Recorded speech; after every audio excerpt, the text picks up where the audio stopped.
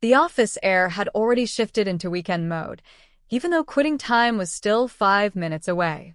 I leaned against my cubicle partition, eyes on the reception desk, shooting the breeze with old Zhang next to me. "Hey, old Zhang, you think the new receptionist, Sue, looks kind of like a celebrity? That actress from that sweet drama everyone's watching, what's her name?" I tapped my temple with 2 fingers. Right. Vivian Lin, especially around the eyes. And when she smiles. Old Zhang was already packing his bag. He didn't look up. "You pay attention, don't you? The girl's 22, fresh out of college, barely bloomed. Don't get any ideas, or HR manager Lou will have something to say about it." What ideas could I possibly have? I laughed. Pure artistic appreciation. Besides, you can tell just by looking at her she was raised right. Not in the same world as guys like us, commuting on packed subways, living off box lunches. I'm just running my mouth. If I actually tried to chase her, what would I bring to the table? My project bonus that might not even come through next month. A cough sounded behind me. Not loud, not soft. My back stiffened. I turned around slowly. Department manager Zhao Feng was standing at the break room entrance, a thermos in his hand, an unreadable half-smile on his face. That was bad enough. Half a step behind him stood a tall, broad-shouldered man in a charcoal cashmere sweater. Mid-50s, composed features, eyes that swept over me with no discernible emotion, and somehow made the office feel like the AC had been cranked down 10 degrees. I had seen this man exactly once before. On stage. At the annual corporate meeting. The big boss. Chairman of the board. Jonathan Grant. My scalp prickled. I straightened up fast, plastering a dry smile across my face. Manager Zhao. Chairman Grant. Jonathan Grant's gaze rested on my face for 2 seconds. He said nothing. He gave Zhao Feng a slight nod, then turned and headed for the elevators. Zhao Feng hurried after him. As he passed me, he dropped his voice to a murmur. My office. Monday morning. The elevator doors closed. Old Zhang patted my shoulder with genuine sympathy. Brother, pray for mercy. You and that mouth of yours. My guts were already nodding with regret. Of all the people to joke about, I had to do it right under the boss's nose. Sure, the new receptionist was beautiful. But what did that have to do with me? Now my bonus was probably dust, and I might have to write a formal self-criticism on top of it. The weekend passed in a haze of dread. Monday morning, I dragged myself to Zhao Feng's office and knocked. He didn't ask me to sit. He tapped his fingers on the desk, studying me for a long moment before he spoke. Marcus Chen. 3 years with the company, right? Decent enough at your job. But sometimes you open your mouth and your brain clocks out. I lowered my head. Manager Zhao. It won't happen again. No more careless jokes in public spaces. Public spaces? Zhao Feng laughed, and there was something strange in it. Tell me, this receptionist you were so busy appreciating, do you even know her full name? I blinked. Sue. Sophie Sue. That was what the onboarding paperwork said. She took her mother's surname. Zhao Feng spoke slowly, savoring every syllable. Her father's surname is Grant. Something detonated inside my skull. A gong, maybe, struck hard and resonating deep. Grant. Sophia Sue? Jonathan Grant. Chairman Grant's only daughter. Finished her studies abroad last year. She wanted to understand the business from the ground up, so she started at reception.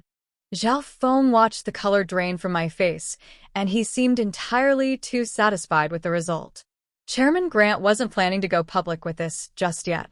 But now, well, thanks to you, the entire department has had a chance to appreciate her. My legs went weak. My throat turned to sand. Manager Zhao, I had no idea. I was just talking nonsense. Chairman Grant wants to see you. Zhao Feng cut me off and stood. Now.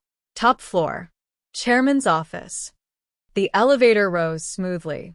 The floor numbers ticked upward. Each number cost me a heartbeat. The mirrored walls showed me my own rigid face, my rumpled shirt, my tie, yanked on in a hurry this morning, sitting slightly crooked. I reached up to straighten it. My fingers were shaking. A soft chime. Top floor. The corridor was carpeted so thickly it swallowed my footsteps whole. The double doors at the end stood slightly ajar. The executive assistant's desk was empty. Someone had cleared the floor ahead of time. I pulled in a deep breath and knocked. Come in. Jonathan Grant's voice, deeper than it had sounded in the office that day. I pushed the door open. The office was absurdly large. A full wall of windows overlooked the city skyline. Jonathan Grant sat behind a desk the size of a small conference table, backlit, his face unreadable. He didn't offer me a seat. I didn't dare take one. I stood several paces from the desk, rooted to the spot, palms sweating. Time stretched. He studied a document in his hands, turning a page occasionally. The silence was worse than being shouted at. Finally, he closed the file and lifted his eyes to mine. Marcus Chun, Senior Specialist, Product Department. 3 years and 4 months with the company. Currently assigned to Project Dawn. Performance evaluations, upper mid-tier. His tone was level, dispassionate, like he was reading a report about someone else. Last Friday at 5:03 p.m., in the open office area, you described my daughter as having celebrity looks, being raised right, and not in the same world as you. Verbatim. Am I correct? My throat tightened. Chairman Grant, I apologize. I was running my mouth. There was absolutely no disrespect intended. Jonathan Grant raised a hand. I stopped. Young men notice attractive women. They talk. It's not a capital offense. He leaned forward slightly. His gaze pressed against me like a physical weight. The problem now is you know who she is. Now that you know, do you still dare to have ideas? I shook my head so fast, I must have looked like a bobblehead. No. Absolutely not. Chairman Grant, I swear, from now on, if I see Miss Grant, I will walk the other way. I won't say a single unnecessary word. Jonathan Grant smiled. The smile did not reach his eyes. He pulled a thick manila envelope from his desk drawer, slid it across the vast polished surface between us. It landed with a soft, final slap. No need to walk the other way. His voice was casual. It made every hair on my body stand on end. Inside this envelope, you'll find Sophie's photos, from kindergarten through college. Her favorite colors. Foods. Hobbies. Her transcripts from university abroad. Even how many cats she's owned and their names. Also, the addresses of several restaurants, bookstores, and a gym near the office that she frequents, along with her usual times. I stared at the envelope like it was a live bomb. Chairman Grant, what is this? 1 month. He leaned back in his chair, folding his hands on the desk. Pursue her. Use every method you can think of. Get her to accept you, officially, as her boyfriend. I wondered if my ears had malfunctioned, or if I was still asleep. There are conditions. His tone shifted, turned blade sharp. 1. She cannot know this was arranged by me. No deception. No coercion. 2. You will use only your own identity, Marcus Chun, and your own methods. You will not invoke my name, and you will not reveal any developments in your relationship inside this company. 3. He paused. And this is the most important one. He enunciated each word with crystalline precision. If, after 1 month, you have failed, or if I discover you are doing this half-heartedly, going through the motions, then it will not be just you. Your entire Project Dawn team, top to bottom, including your manager Zhao Feng, will be terminated. The project will revert to group control. Every single person involved will have their employment record marked, mass team dismissal for critical failure. Consider this carefully. Your team has 20-some people. Counting upstream and downstream partners, that is close to 50 livelihoods. Half of those are now in your hands. Cold flooded through me. My blood turned to ice water. Project Dawn was 2 years of our team's blood and sweat. It was also Zhao Feng's key to a director promotion. 50 people's livelihoods. Why? I heard my own voice, scraped raw. Chairman Grant, Why are you doing this? A man in your position. You could find any kind of match for your daughter. What am I? Nothing. Jonathan Grant was silent for a moment. He looked toward the window. Sophie has been protected too well. The world she sees has been carefully filtered by others before it reaches her. The people around her either want her family status or fear it. I want to see, through the eyes of an ordinary young man who knew nothing, who initially just appreciated her casually, what she really looks like. And I want to see whether my daughter has the ability to tell sincerity from manipulation, to withstand, to bear the weight of a connection stripped of all privilege down to its essence. He turned back to me. His eyes held something complicated, something I could not quite parse. At the same time, this is an opportunity. For you. For your team. He tapped the envelope. Win, and you may receive something far beyond your imagination. Lose, and the cost is already clear. I have laid out the rules of the game. Will you play? I stared at that envelope. I thought of Zhao Feng's hand on my shoulder. I thought of Wang in our group who had just bought an apartment and had a newborn. I thought of Sister Lee, always talking about saving up for her daughter's piano lessons. Something thick and sodden clogged my throat. Seconds passed. They felt like a century. I reached out and picked up the envelope. It was heavy. I'll play. The contents of the envelope were obscenely detailed. From Sophie Grant's kindergarten crayon drawings to her university thesis titles.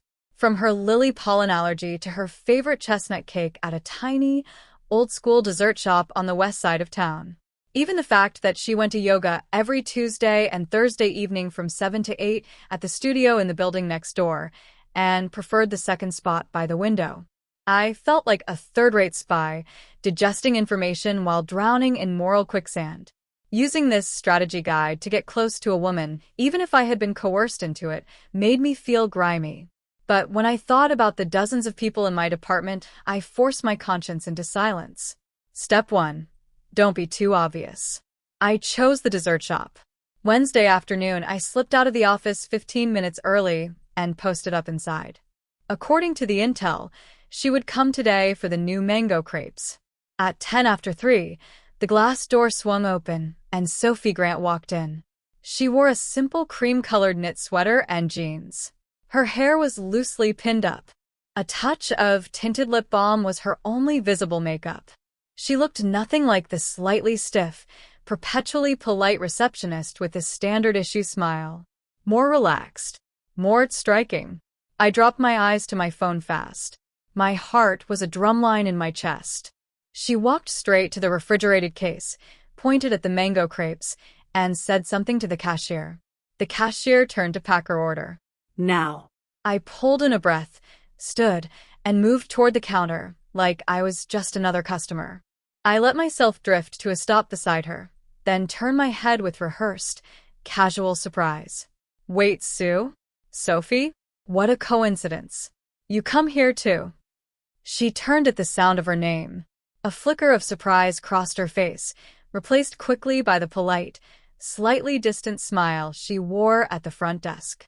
Marcus, right? Yeah, just on my way home. You like this place? Best chestnut cake in the city. I deliberately named her favorite item, watching for a reaction. Her eyes brightened. Just a little. That professional distance thinned. You like the chestnut cake too? A kindred spirit. The cashier handed her the packed crepes. I turned to the counter. 1 slice of chestnut cake, please. To go. As I paid, I tilted my head toward her, aiming for casual. Heading back to the office? Cabs are impossible at this hour. She hesitated, glanced outside at the rain picking up, the rain that had arrived with suspiciously convenient timing, though I had definitely checked the forecast. Sure. Thanks, Marcus. We shared one umbrella for the few hundred meters back to the office. Those were the most tense, most conflicted minutes of my life. Rain pattered on the nylon above us. The umbrella created a small, shared space. I could smell her, something light, citrus and fresh-cut grass. I racked my brain for conversation. Desserts. The weather. Then, carefully, I edged toward the independent bookstores and art exhibitions I knew she liked. all pulled straight from the envelope. At first, she only gave short responses. Then, I mentioned the exhibition. You know about the Young Painters Collective show? She spoke more now. I didn't think anyone else paid attention to that. I follow it loosely. I like the bold color work. I had skimmed the exhibition summary last night. That was the extent of my knowledge. Right? My favorite piece is Midsummer Downpour. The brushwork has so much force behind it. Her words began to flow. Back at the office tower, she took the dessert bag I handed her. Her smile was warmer now, more genuine than before. Thanks for today, Marcus. Let's talk about that exhibition sometime. Absolutely. I watched her step into the elevator. The doors closed. I finally let out a long breath. My shirt was soaked through against my back. Rain or sweat, I could not tell. Step 1, seemingly smooth. I got her personal WeChat, under the pretext of sharing exhibition info.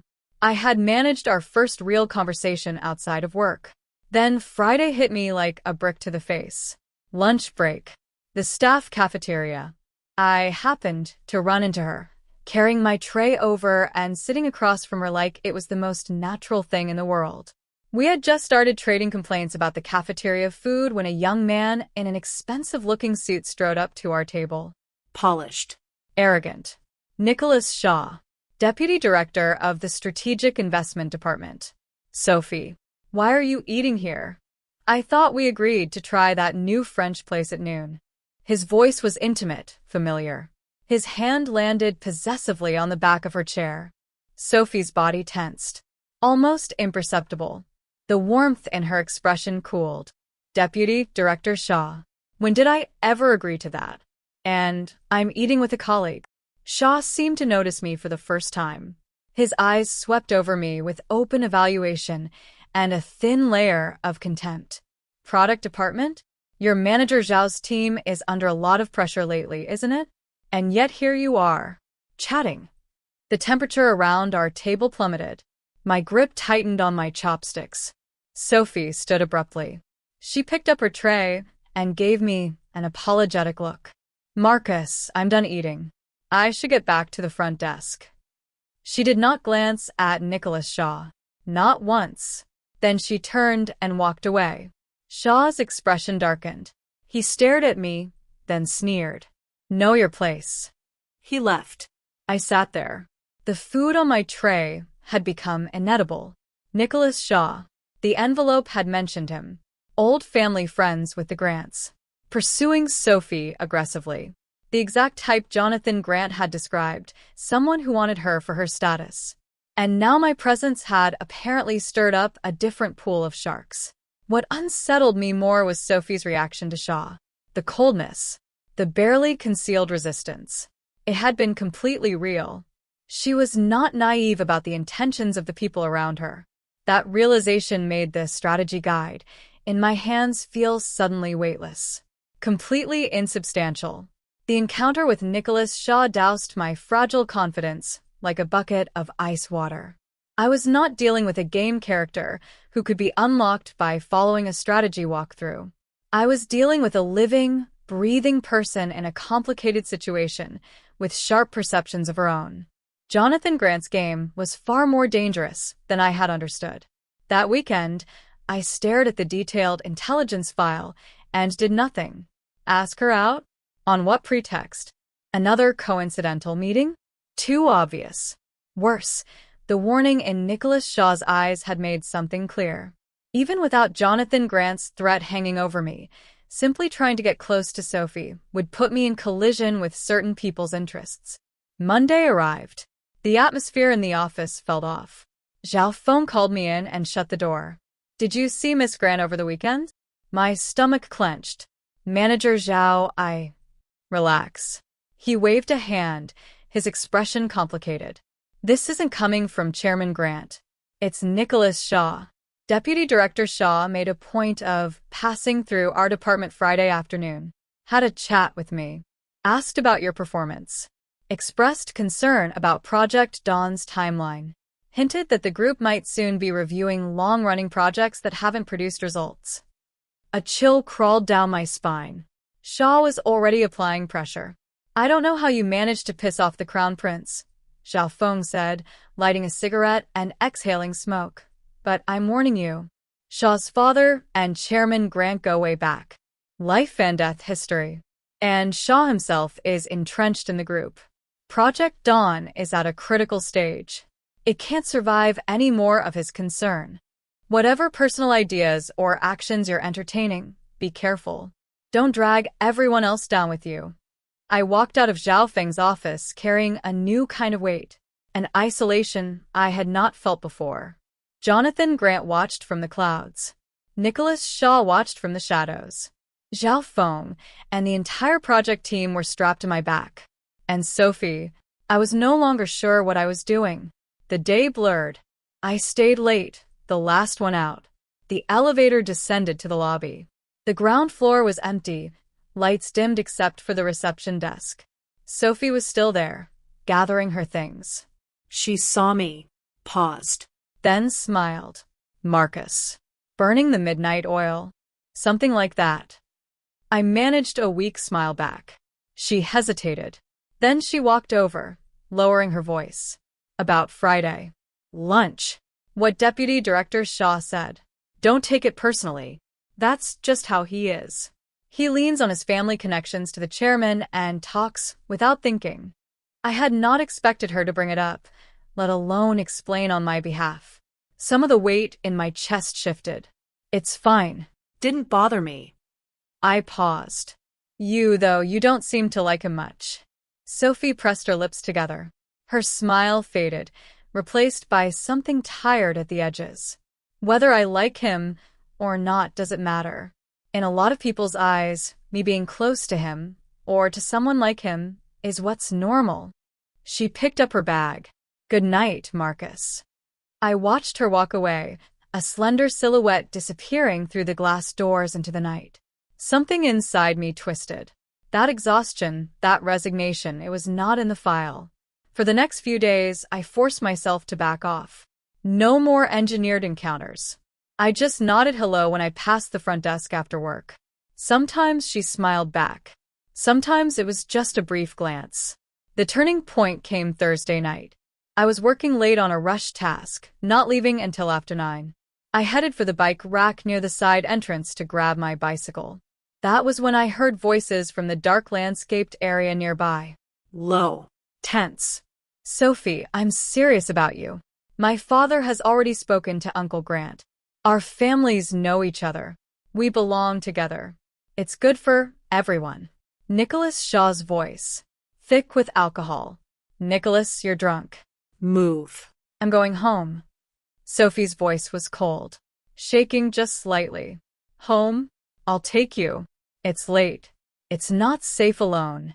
The sound of a struggle. A scuffle. Blood rushed to my head. I did not think. I dropped my laptop bag into my bike basket with a loud clatter and strode toward the noise. Sophie? You still here? I raised my voice, playing the role of someone just arriving. Oh. Deputy Director Shaw. Didn't expect to see you. Under the dim street lamp, Shaw had Sophie by the wrist. She was pulling away. They both froze at my voice. Shaw's eyes narrowed. Hostile. Sophie's face flooded with relief.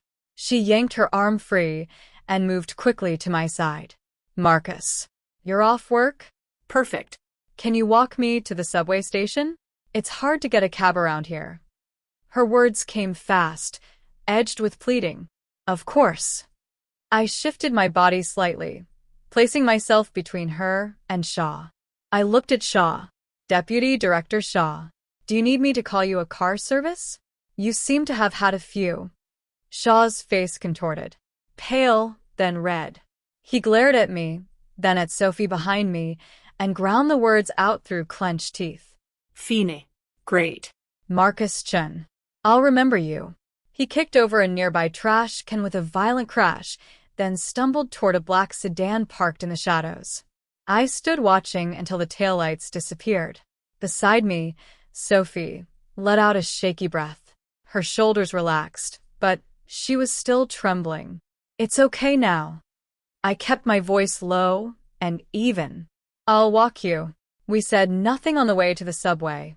Near the entrance, she stopped and turned to face me. Under the station lights, her eyes were bright.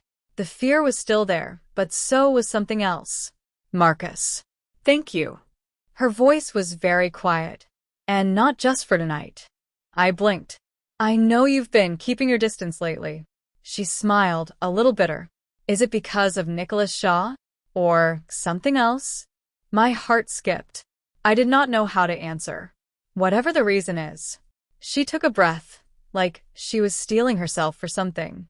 I just want to say, talking with you about exhibitions, desserts, even complaining about cafeteria food, it's been really nice. You don't treat me like Chairman Grant's daughter. Or like some fragile symbol that needs handling. She pulled out her phone. Mine buzet. That's the address of my apartment. Not the family house. She looked at me. Clear-eyed. Direct. If you're free this weekend, if it's not too much trouble, I bake a decent cake. Chestnut cake. As thanks for being my knight in slightly tarnished armor tonight. She had sent a location pin to my WeChat. If it's inconvenient, just pretend I never said anything. Before I could respond, she turned, swiped her Metro card, and disappeared into the station. I stood there, staring at the unfamiliar address on my screen. This was completely outside the strategy guide. No design. No calculación. In fact, it violated my careful principle of minimizing private contact. But I knew I could not refuse. Not because of Jonathan Grant's threat. Not because of 50 people's livelihoods. Because of her eyes. Tired. Frightened. And yet holding a flicker of genuine hope. I was sliding into much more dangerous territory. The 24 hours before I went to her apartment, I felt like a student cramming for finals and an infiltrator preparing to cross enemy lines simultaneously. I kept opening that location pin, studying the surrounding neighborhood on my map app. A mid-range apartment complex. Not too far from the office. Not too close. Exactly the kind of place you would choose if you wanted independence from your family. My mind churned. One moment, it was Jonathan Grant's cold conditions. The next, Nicholas Shaw's venomous glare. Then Zhao Feng's warning. But every time, the image that settled back into place was Sophie's face under the subway station lights. Saturday afternoon, I rang her doorbell holding a box of osmanthus cakes from the old-school pastry shop I knew she liked. My pulse was unreasonably fast. The door opened. Sophie wore a pale blue apron. Her hair was twisted into a messy bun, loose strands falling around her ears. A smudge of flour marked her cheek. Warm, sweet baking smells drifted out, different from the citrus and grass scent in the rain. This was cozier, homier. You came? Get in. I'm in a standoff with my oven. She stepped aside, voice natural and easy, like she was greeting an old friend. The apartment was compact. Clean lines. Warm touches. Houseplants everywhere. Abstract art prints on the walls. Shelves crammed with books and vinyl records. A small balcony beyond the sliding glass door held pots of yellow chrysanthemums in full bloom. This was an ordinary young woman's home. No trace of the opulence you would associate with Jonathan Grant's daughter. Sit anywhere. It'll be ready soon. She hurried back to the open kitchen, peering through the oven window. I set the pastry box on the coffee table. Stood there awkwardly. This was too normal. Too real. Every rehearsed line from the strategy guide was useless here. Can I help? I asked. No, no. Your job is to taste She let out a small yelp, fumbling for an oversized oven mitt and pulling the door open. A wave of sweet warmth filled the apartment. She lifted out a golden chiffon cake round and set it on the counter. Then came a bowl of chestnut cream filling. She began spreading it with focused precision. I leaned against the edge of the kitchen and watched her. In this moment, she was not the receptionist, not the chairman's daughter. She was just a girl immersed in something she loved, brow slightly furrowed, a tiny smile of satisfaction at the corner of her mouth. Done. She dotted the top with candied chestnuts, stepped back, and cut a generous slice. Try it, Mr. Critic. The cake was light. The chestnut cream rich, but not heavy. Perfectly sweet. This is incredible, I said and meant it. Better than anything store-bought. Her eyes crinkled. She cut a slice for herself and settled onto a stool across from me, eating small bites. The first few times I tried, it was a disaster. Collapsed cakes. Burned tops. Almost set the apartment on fire. We sat there eating cake and she told me stories. Baking disasters. Learning to cook on a student budget while studying abroad. Sneaking out to underground band shows and getting reported by her roommate. Her words were light, self-deprecating, and gradually, these faraway fragments of a life I had nothing to do with began to assemble into someone more dimensional, more vivid, smart, independent, a streak of quiet rebellion, curious about the world, and carrying the faint melancholy of someone defined by a name she did not choose. She asked about my work. I described Project Dawn in broad strokes, leaving out the pressure and Shaw's sabotage. She listened carefully, asking sharp, pointed questions that revealed solid business instincts. That caught me off guard. Actually, I know about Project Dawn. She poked at the crumbs on her plate with her fork. My dad, he talks about it sometimes on calls at home. Seems like he values it. But I've heard some negative murmurs lately, too. I kept my expression neutral. Oh, what kind of murmurs? I'm not sure exactly. Something about timeline and budget. She shook her head. But stuff at the group always gets distorted in the echo chamber. Don't stress too much. Just do your work. I could not tell if she genuinely did not know or was deliberately reassuring me. Either way, the gesture landed. The atmosphere was too good. So good I almost forgot the weight of the mission I was carrying. Then the light outside began to fade, and I got up to leave. She walked me to the door. Hesitated. Marcus. Thank you. For today. For what? I should be thanking you for the cake. It's not just the cake. She leaned against the doorframe, looking down at her slippers. Thank you for treating me like normal. You're not like the people my dad arranges for me to meet. Not like Nicholas Shaw. Not like any of them. She lifted her head and smiled, even though I know it's probably not entirely the same either. That last sentence was a needle, small and precise, slipped under my skin. I opened my mouth, closed it. There was nothing I could say. Any explanation would be cheap and hollow against the sincerity she was offering me. See you at the office next week. She gave a small wave and closed the door. I stood in the quiet hallway for a long time. The taste of chestnut cake still lingered, but inside my chest, guilt was filling every available space. Every moment of ease, every laugh we had shared today, all of it was built on lies and calculation. I had used her loneliness, her honesty, and all of it traced back to her father's absurd, cruel game. What scared me more was this. I had not disliked being with her. I had craved it. That easy, genuine connection. This veering off-script emotion terrified me far more than failing the mission. After the chestnut cake afternoon, an unspoken understanding settled between Sophie and me. At work, she was still the diligent receptionist, Sophie Sue. I was still Marcus Chun, buried in product department work. Brief nods in the break room. Short exchanges in the elevator. The precise distance of colleagues. But on WeChat, the conversations grew. Not just exhibitions and dessert shops anymore. We shared funny articles, complained about the weather, argued about obscure films. She was witty, occasionally sharply sarcastic, a stark contrast to her gentle, polished office persona. I found the contrast intriguing. I knew this was wrong, dangerous. Every time my phone buzzed with her message, the brief spike of happiness was followed by a deeper wave of self-disgust. I was a man dancing on a cliff's edge, fully aware of the abyss below, unwilling to step back because I had grown addicted to the view. Zhao Feng's looks grew heavier and more complicated. Project Dawn entered final testing. The pressure was immense. The group review meeting date was locked in. Nicholas Shaw had gone quiet. No more encounters. No more veiled threats. The silence was more unnerving than open hostility. Once, we passed each other in the hallway. He did not even spare me a glance. Just walked past. That complete dismissal was worse than any confrontation. Jonathan Grant vanished entirely. No summons. No new directives. His silence hung above me like the sword of Damocles. Friday before quitting time, Sophie messaged me. Free tonight? Found an unbelievable Chaos on Beef hot pot place. Friend recommended it.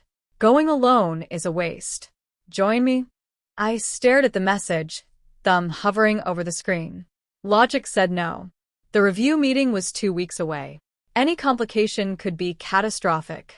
But, okay, send me the address. I closed my eyes the moment the message delivered. The hot pot restaurant was chaotic and steamy, packed with noise and the scent of simmering bone broth. She was clearly a regular. She ordered with practiced ease, the best cuts of beef, the specific dipping sauce combination. We sat across from each other, the bubbling pot between us, talking about nothing important, cheeks flushed from the heat. You know, I used to hate social obligations. All those banquets. She fished out a perfectly cooked slice of beef and swirled it in her sauce. Everyone talks in circles. No one smiles for real. So when I came back, I fought with my dad. Moved out on my own. Started from the bottom. He wanted me to see what the world looks like without his protection. My interest sharpened. And now that you've seen it, I've seen it. She rested her chin on her hand, eyes drifting. I've seen people who flatter me because of my last name. People who keep their distance because of it. And people who clearly have ulterior motives but pretend harder than anyone. She paused, looked at me, and smiled. Of course, I've also seen plenty of decent people working hard and living their lives. Like you. Like Sister Lou in our department. The world isn't that good, and it isn't that bad. It's just complicated. The phrase ulterior motives drove into my chest like a spike. I stared down at the beef in my bowl. It tasted like cardboard. Oh, hey. She brightened, shifting gears. Next Wednesday night. Are you free? Wednesday? I think so. Nothing planned. I was cautious. My birthday. Her eyes sparkled. A few close friends. Small gathering at my apartment. Dinner. Maybe some games. People I knew from my time abroad and a couple of childhood friends. Not many people. Do you want to come? She added quickly. Just a casual friend thing. Nothing fancy. Birthday. Friend gathering. This meant I would be stepping into her private social circle. This went far beyond what the mission, get her to accept you within 1 month, required in terms of contact. What would Jonathan Grant think if he found out? What would Nicholas Shaw do if he found out? But looking at her open, expectant face, the word no would not form. She had categorized me as a friend. She was inviting me into her inner world. That trust, burned against my conscience like a hot iron. Sounds great. My voice came out rough. What should I bring? Just yourself. She grinned and dropped another slice of beef into my bowl. And please, no expensive gifts. My friends are all super casual about that stuff. If you spend too much, I'll be annoyed. I smiled and nodded. Inside, I was sinking. Wednesday.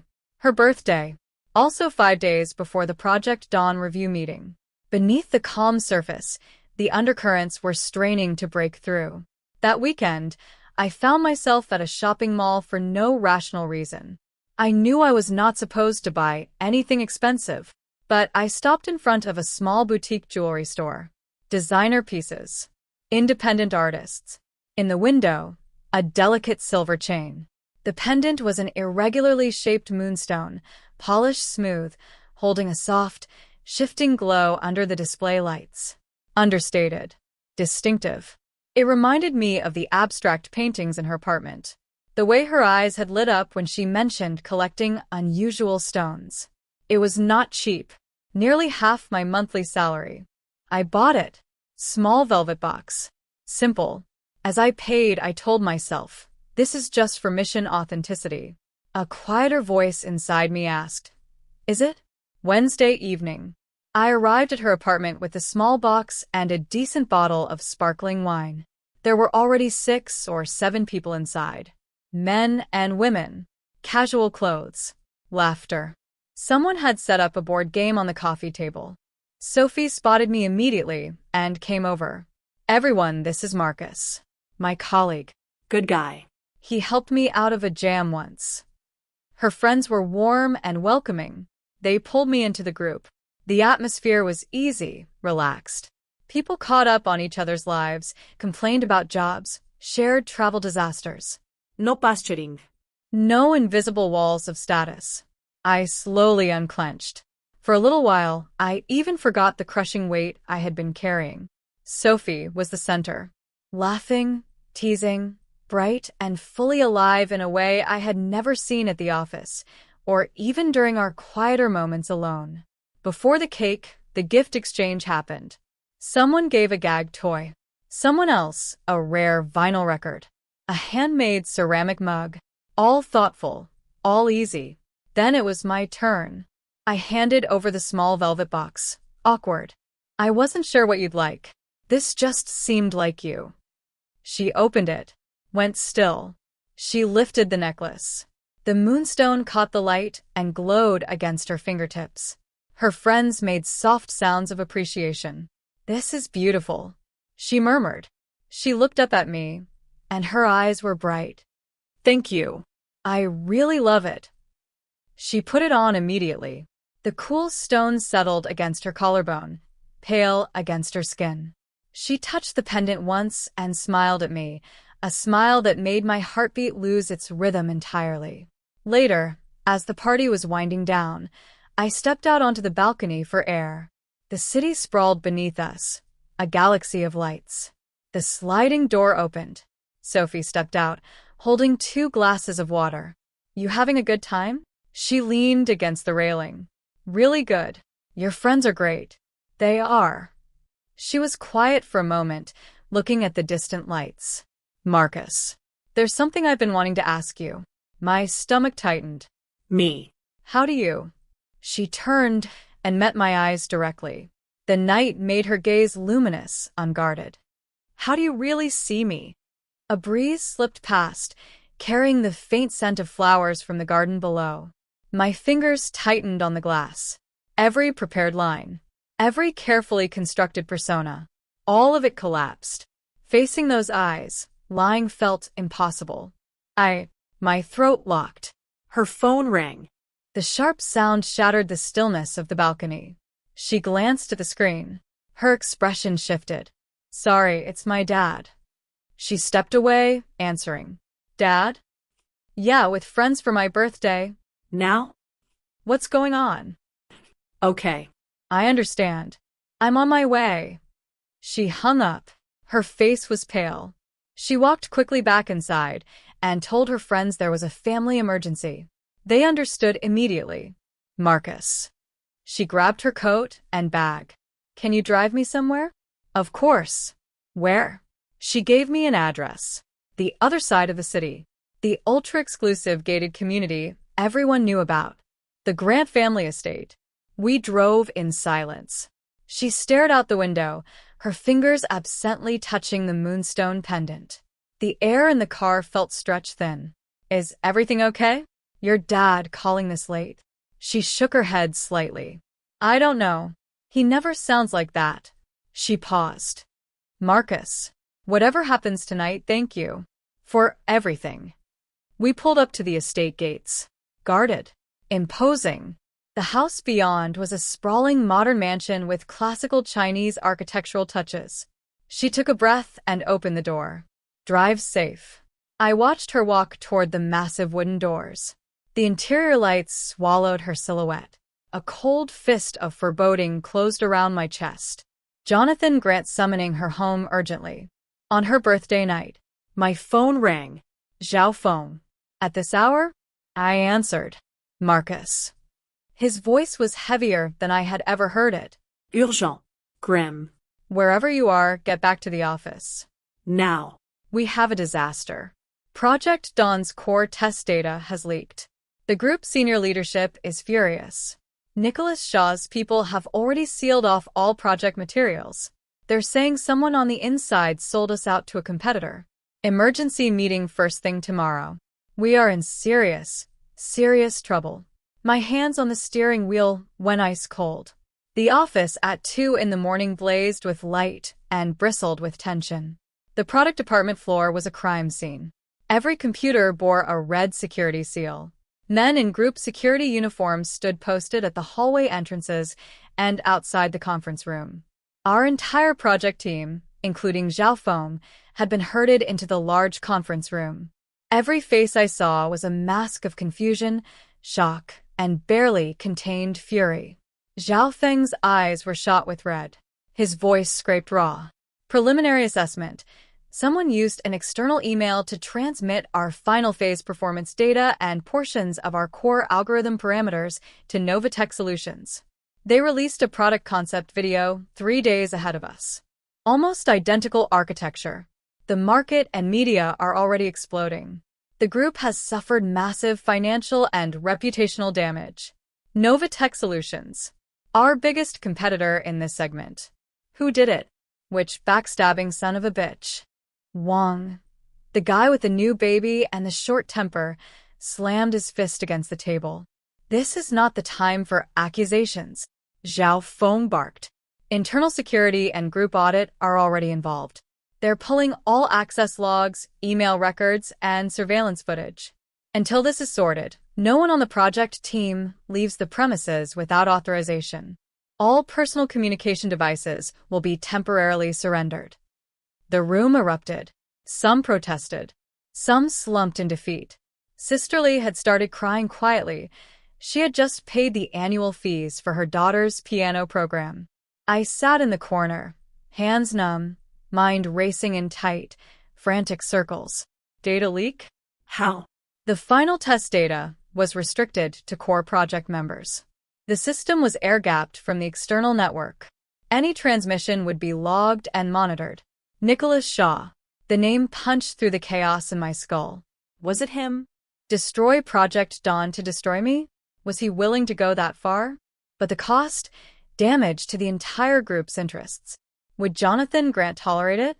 Unless his target was not just the project. My eyes dropped to my bare wrist. My watch and phone had been confiscated. Sophie's birthday. The gift. Our increased contact.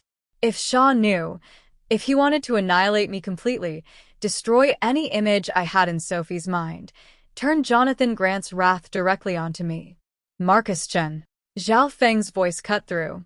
Every head in the room swiveled toward me. The looks were complicated. Speculative. When was the last time you left the office? Did you notice anything unusual? I forced myself to stay calm.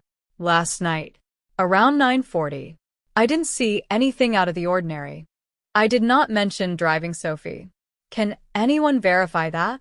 An expressionless man in Audit's standard dark suit asked coldly. My throat was dry. Left alone. The auditor made a note. The looks aimed at me sharpened. The next few hours were a blur of interrogations and waiting. Everyone was called out individually, questioned. Each person who returned looked worse than before. Near dawn, the conference room door swung open again. This time it was not just audit and security. Nicholas Shaw walked in, flanked by 2 older men in severe suits. Their authority was palpable. Board level, possibly executive committee.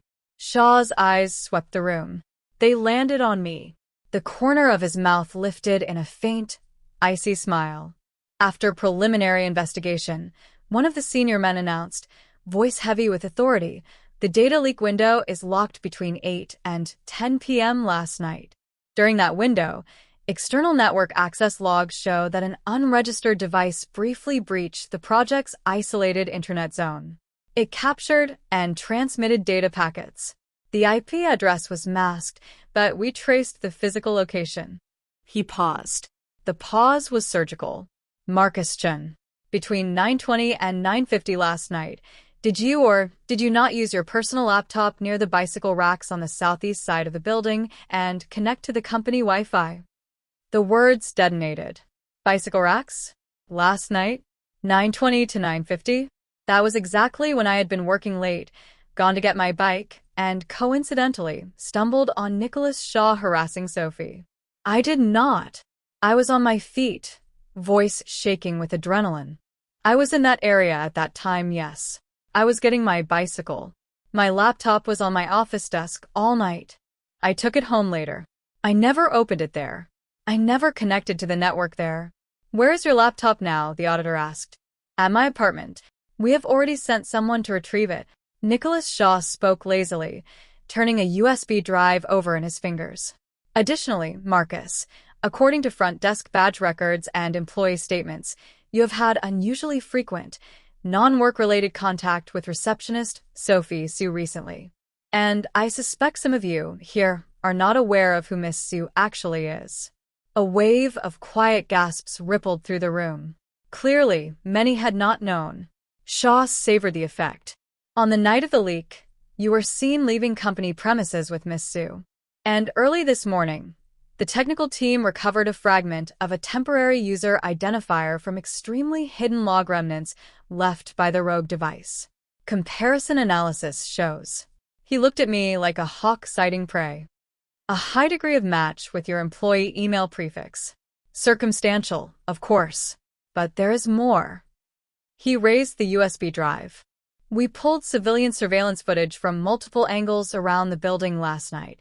The bicycle rack area itself is a blind spot, but a high-definition camera at the adjacent intersection captured something very interesting. Timestamp, approximately 9:35 p.m. The projection screen at the front of the room lit up. Grainy, but identifiable footage. I was standing near the bicycle racks, side profile to the camera, holding a dark, rectangular object in my hand. It looked undeniably like a closed laptop. Sophie appeared, walking from the building's side entrance. Then Shaw. The confrontation. Sophie pulling behind me. The two of us leaving together. Shaw kicking the trash can and driving away. The video ended. The footage shows you holding what appears to be a laptop in a sensitive location at the sensitive time. You then left with Miss Grant. The final data transmission time was 9:48 p.m. Shaw's voice was pure, controlled cruelty. We have reasonable grounds to suspect that you exploited your proximity to Miss Grant as cover, perhaps even leveraging special access gained through certain relationships to steal core company secrets, then attempted to redirect suspicion toward a personal grudge narrative to confuse the investigation. You are lying. I was shaking with rage. That was my laptop bag. It had my work laptop and other items inside. I never opened it. I never used it. During that entire time, I was dealing with you, Deputy Director Shaw, and then escorting Miss Grant to the subway station. How could I possibly have been operating a laptop and transmitting data simultaneously? The timeline doesn't even work. And what motive would I have? Destroy a project I spent 2 years building. Motive. Shaw sneered. That is for you to explain. Perhaps money. Novatech would have offered a significant sum. Perhaps something else. Creating chaos. Diverting attention. Achieving personal objectives that are better left unstated. The insinuation could not have been clearer. Everyone understood. The conference room was a tomb. Dozens of eyes pinned me like needles. Doubt. Disgust. Fury. Zhao Feng's face was gray iron. The look he gave me was all anguish and crushed trust. Sister Li had stopped crying. She just stared at me, like she had never seen me before. I understood then. Completely. A trap. Carefully constructed. Time. Place. Physical evidence. Witnesses. Motive. All interlocked. Shaw was not just destroying the project. He was crucifying me as a corporate spy and a romantic fraud, making sure I could never crawl back, making sure Sophie would see the ugliest possible version of me. I could not explain my way out of this. The conference room door opened. A woman in a sharp black suit strode in, Jonathan Grant's chief executive assistant, Ms. Lin. She walked to the senior executive, spoke quietly into his ear. He frowned, nodded, then looked at me. His expression was unreadable. Marcus Chun. Chairman Grant will see you. Alone. Now. Top floor. Chairman's office. Standing here again felt like a different lifetime. Last time had been dread. This time was the cold of the abyss, mixed with a dangerous thread of desperation. Jonathan Grant stood at the window, back to me. He did not turn. Explain. One word. No readable emotion. I told him everything. Working late. Getting my bicycle. Shaw's assault on Sophie. Walking her to the subway. Zhao Feng's phone call. Every detail. I held nothing back. Our recent contact. Her birthday. The necklace. At this point, concealment was pointless. I did not leak the data. Nicholas Shaw framed me. His motive is my proximity to Sophie. He couldn't tolerate it. And he wanted to destroy Project Dawn, to destroy Zhao Feng. My voice was raw, but I forced it to stay steady. Jonathan Grant turned slowly. His face held no explosion of rage, just deep exhaustion. And scrutiny. Shaw showed me the surveillance footage and the technical team's preliminary report. He moved behind his desk and sat. Time, location, physical evidence. All of it is extremely disadvantageous to you. Your personal laptop is currently undergoing the highest level forensic examination. If they find any trace linking you to the leaked data, then it was planted. I stepped forward. Chairman Grant, you can investigate. Trace the rogue device's real access point, the full routing path of the data packet, its relay hops. Follow the money on Novateka's side. Shaw couldn't have done this flawlessly. There has to be a hole. The group will, of course, investigate all of that. He tapped a finger on his desk. But in the meantime, the public narrative and the internal pressure require resolution. Project Dawn is central to the group's 3-year strategic plan. A breach of this magnitude demands accountability. My heart sank. So, I'm the designated accountability. With the evidence stacked against you the way it is, he said, do you believe the board and the outside world will take the word of an ordinary employee over a chain of seemingly solid evidence? Especially given the influence of Shaw's father on the board? I understood. Even if Jonathan Grant suspected Shaw, without hard proof, he had to consider the balance of power, the larger picture. And I, a disposable pawn, was the perfect sacrifice. Heat surged into my head. Days of pressure, humiliation, Rage. the guilt over Sophie. All of it fused into a reckless, desperate clarity. So, what was your game, then? I heard myself laugh, cold and bitter. Get me to approach your daughter. See what I would do when I didn't know.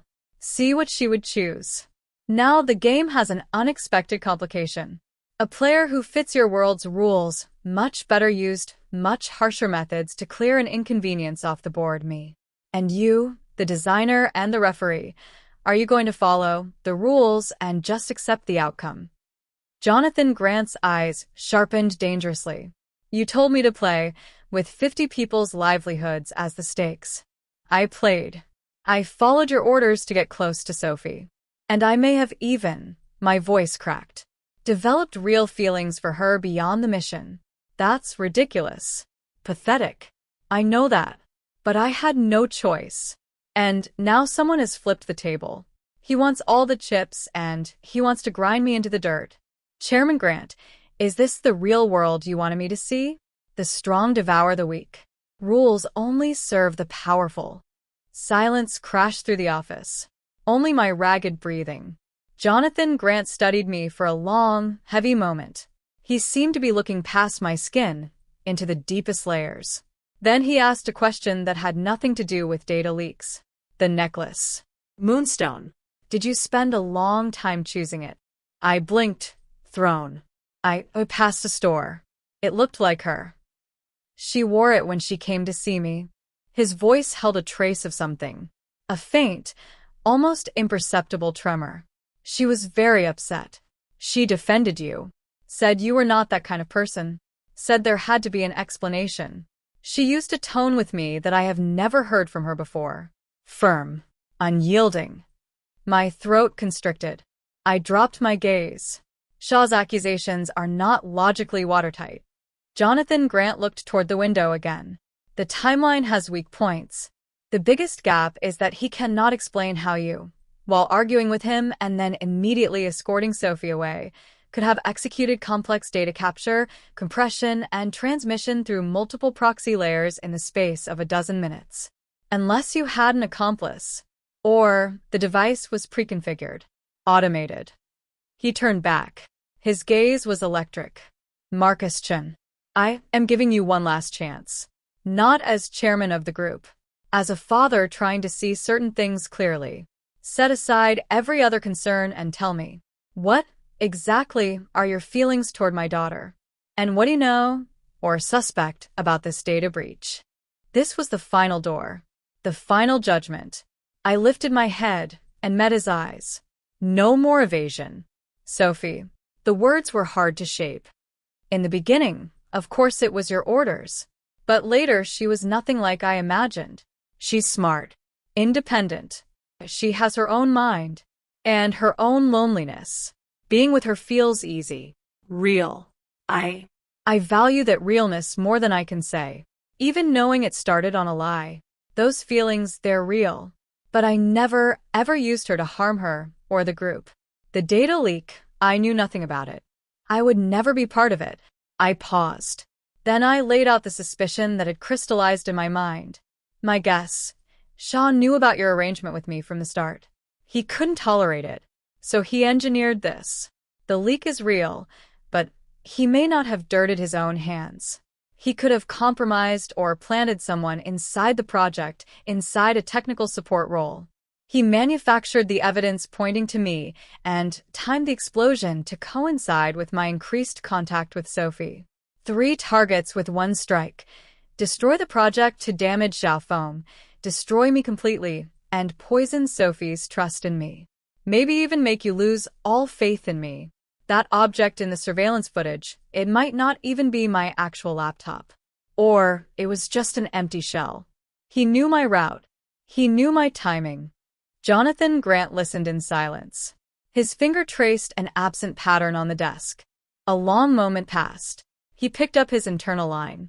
Ms. Lin, have the head of technical forensics bring all original server logs and the full forensic report to my office immediately. Notify security. I want complete surveillance footage from every building entrance, exit, underground garage, and service corridor from 6 p.m. to midnight on the night in question. Especially Deputy Director Shaw's vehicle entry and exit logs. And get Attorney Wong on the line. He set the phone down, looked at me. His eyes were unreadable depths. Marcus Chen, I will verify what you have told me. Until the results are conclusive, you will remain on company premises and cooperate fully with the investigation. Your movements will be restricted to the guest suite on this floor. I will have someone stationed for your protection. Your phone will not be returned to you yet. House arrest and protection. I nodded. It was the best I could hope for right now.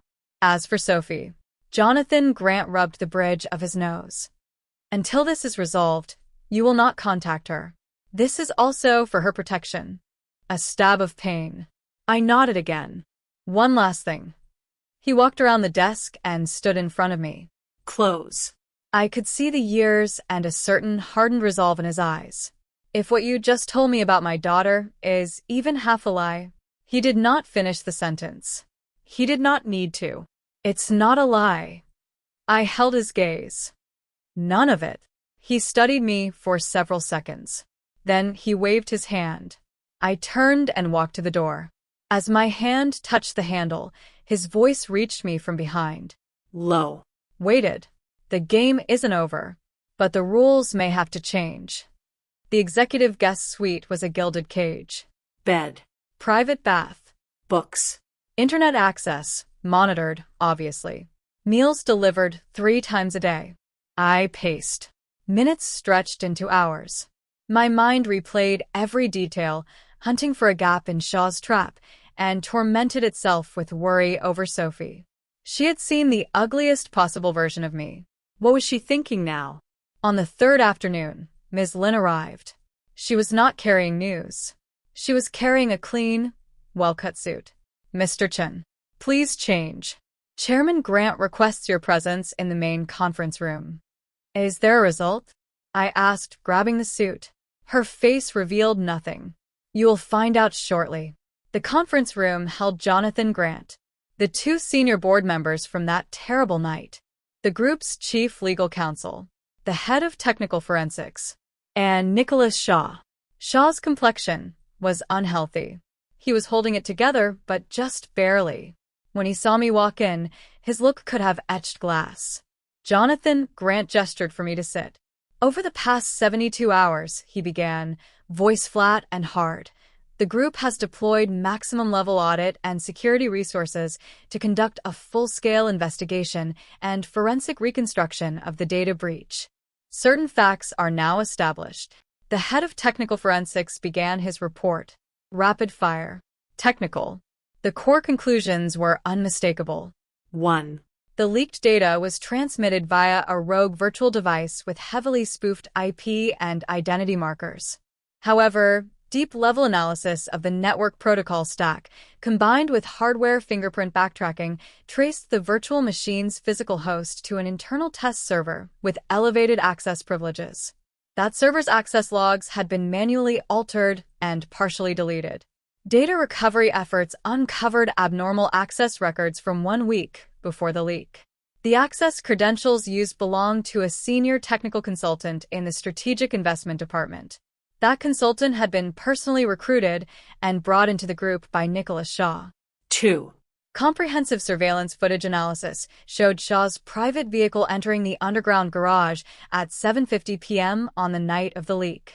It did not leave until 9:55 p.m. During its extended stay in the garage, the vehicle was parked adjacent to an internal maintenance corridor. That corridor bypasses major surveillance coverage and leads directly to the floor housing the compromised test server. The timeline aligns with opportunity. 3. Forensic examination of Marcus Chen's personal laptop is complete. No trace of the leaked data was found. No associated operational history. No residual files. No remote control malware. The laptop's last external network connection occurred at Chen's residence, after the time of the data transmission. The so-called user identifier fragment match was determined to be within the range of technical false positives and is easily spoofable in any case. 4.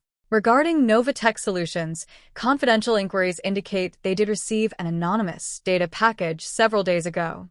However, the recipient claims they doubted its authenticity and did not implement the core parameters in their release. This may be a smokescreen. Financial tracing is ongoing. To date, no abnormal transactions have been found associated with Marcus Chen. Shaw's face had gone the color of old paper, but he was still fighting. This proves nothing. That consultant, I already suspected him. He could have gone rogue. My car was in the garage because I was taking personal calls. And Chen, he could have used some sophisticated method. Deputy Director Shaw. The chief legal counsel's voice was ice. We examined the consultant's private financial accounts. In the past month, he received a large wire transfer from an overseas shell account. The transfer occurred shortly after a private meeting with you. Preliminary tracing links that shell account to an offshore investment entity with hidden ties to your mother's family holdings. Furthermore, your claim about personal calls in the garage. Telecommunications records show that your mobile phone had 0 calls and 0 prolonged data sessions during that time window. Shaw's mouth opened. Nothing came out. Sweat beaded at his temples. One of the senior board members spoke, voice heavy with disgust. Nicholas Shaw, do you have an explanation? Shaw stumbled to his feet. The arrogance was gone. What remained was the desperate pallor of a cornered animal. He looked at Jonathan Grant. Pleading, resentful. Uncle Grant, it was a lapse in judgment. I was acting in the group's best interest. Project Dawn was bleeding resources under Xiao Feng. And Chen, he was circling Sophie with obvious ulterior motives. He's a social climber. I was trying to protect her. In the group's best interest? The other board member's voice was incredulous, furious. By leaking core proprietary technology? By inflicting catastrophic damage on the company's future? As for Chun and Sophie, that is Chairman Grant's family affair. It is not for you to adjudicate with criminal conspiracy. Jonathan Grant had been silent throughout. Now he raised a hand. The room stopped. He looked at Shaw. What was in his eyes was not anger anymore. It was terminal disappointment. Cold finality. Nicholas, in consideration of your father, the group will not pursue criminal charges. His voice was quiet. It landed with more force than any shout. But you will resign all positions immediately. Your equity holdings will be repurchased according to charter provisions. I will speak to your father myself. From this moment, you have no further connection to Grant Group. None. You will leave now. Shaw reeled as if struck. He staggered. Tried to say something. But under those eyes, under that finality, he crumbled. He turned and walked out of the conference room, a shell of a man. Silence settled. Everyone looked at me. Jonathan Grant turned his attention in my direction. Marcus Chun. The group's investigation has established that you had no involvement in the data breach. The unwarranted restrictions placed on you and the suspicion you endured will be addressed with a formal apology and appropriate compensation. Project Dawn proceeds. Zhao Feng will have full authority to bring it to completion on schedule. You are restored to your position. The weight that had been crushing my chest for days finally lifted, but I felt no rush of victory, only a bone-deep exhaustion. As for the matter between you and my daughter, Jonathan Grant paused. The other occupants of the room immediately discovered urgent business with their documents and the ceiling. That was a separate arrangement between you and me. He studied me. The 1-month deadline has not technically expired, but circumstances have changed. Shaw's intervention, abhorrent as it was, inadvertently revealed certain things. He rose from his chair and walked to me. I saw my daughter, believing you might be a liar, even a criminal, choose to trust in her own judgment, choose to fight for what she believed was real. I also saw you, trapped in a corner, believing I might abandon you, still choose to tell the truth. You did not shift blame onto her. You did not stop fighting for yourself. His eyes held depths I still could not fully read. The game's original purpose has been fulfilled. I have seen my daughter's discernment, and I have seen your character under pressure. The process was unpleasant. The outcome may not be entirely unwelcome. My pulse accelerated. I did not dare believe what I was hearing. The 1-month condition is withdrawn. Jonathan Grant spoke slowly and clearly. I will no longer dictate how you and Sophie proceed. However, his voice hardened to tempered steel.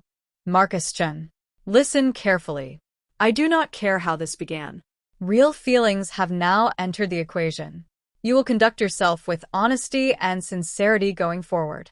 If you hurt her, if I discover you slipping back into deceit, you have seen what happened to Shaw. There will be no second investigation. Do you understand? I nodded. Solemn. I understand. Chairman Grant. In private, you may call me uncle. He turned away, waved his hand toward the door. Go. She is waiting downstairs. I drifted out of that conference room. The elevator descended. My heart was a wild, pounding thing in my chest. The ground floor lobby opened before me. Sunlight streamed through the glass facade, so bright it almost hurt. Sophie stood in the middle of all that light. Simple blouse, long skirt. Around her neck, the moonstone pendant caught the sun and glowed. She saw me. She crossed the lobby quickly. Her eyes were red-rimmed, but they were shining. I know everything. Her voice was soft, slightly choked. Dad told me. I'm sorry. I almost believed. I'm the one who needs to apologize. My throat ached. When I first approached you, it was because... I know. She cut me off gently and smiled. There was relief in it, and a shimmer of tears. Dad's ridiculous game. But I know that later it wasn't that. The way you looked at me on my birthday, and what you said in that conference room, Ms. Lin told me. Marcus, maybe the beginning wasn't perfect, but everything after, That was real, wasn't it? I nodded hard. So many words crammed behind my ribs, but only one thing made it through. Yeah. All of it. Real. She reached out and took my hand, squeezed once briefly, then let go. A faint flush rose on her cheeks. So, what now? I looked into her eyes. The sun was there. My own reflection was there. Now? I'd like to start by taking you to dinner. No mission. No agenda. I said it with all the seriousness I possessed. And then I want to get back to work and finish Project Dawn right. And then I found the courage somewhere. I'd like to pursue you. For real. Officially. Properly. If that's okay. Sophie's eyes curved into crescents. She nodded hard. Sunlight flooded the lobby, stretching our shadows long across the floor. In the distance, the city roared on, indifferent and alive. But in this moment, all I could hear was the steady, unburdened beat of my own heart and the quiet rhythm of her breathing beside me. The storm had passed. The road ahead was still long, but for the first time, I knew I could walk it in the light.